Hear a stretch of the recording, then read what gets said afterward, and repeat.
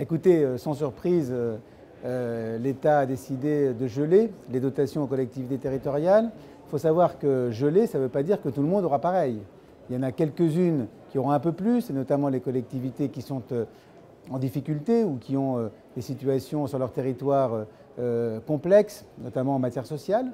Et puis, la plupart des collectivités, y compris les grandes collectivités, auront des dotations qui diminueront en valeur. Ça veut dire encore plus, évidemment, en pouvoir d'achat, puisqu'il faut tenir compte aussi de l'inflation, en 2013. Ça fait suite quand même à 3 années de mouvements identiques.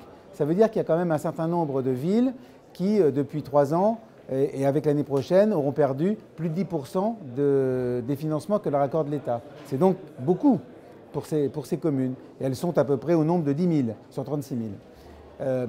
Mais alors, ce qui est plus grave, c'est qu'on nous a annoncé pour 2014 et 2015 non seulement le gel, mais la baisse de 1% par an de ces fameux concours financiers de l'État. Donc nous sommes dans une situation préoccupante.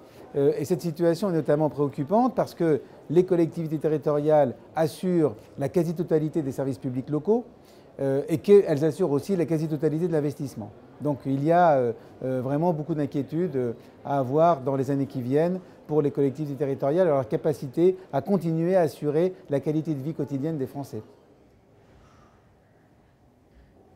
Alors, les collectivités territoriales, c'est en gros 50 milliards d'investissements par an.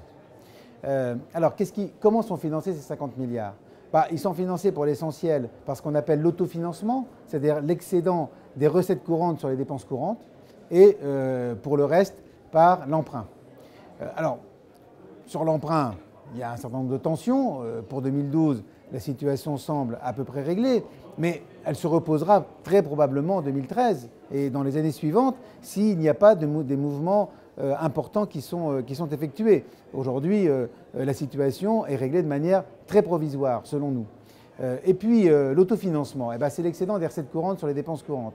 Si les recettes courantes diminuent et que les dépenses courantes ne diminuent pas, il y a forcément une réduction de l'autofinancement. Et donc, par conséquent, on peut s'attendre à une diminution des investissements réalisés dans les années qui viennent.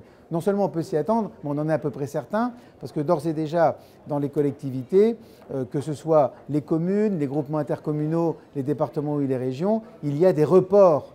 Pas forcément beaucoup d'annulations de projets, mais il y a des reports de projets, des étalements dans le temps, ce qui fait évidemment moins de chiffre d'affaires pour les entreprises du bâtiment et des travaux publics.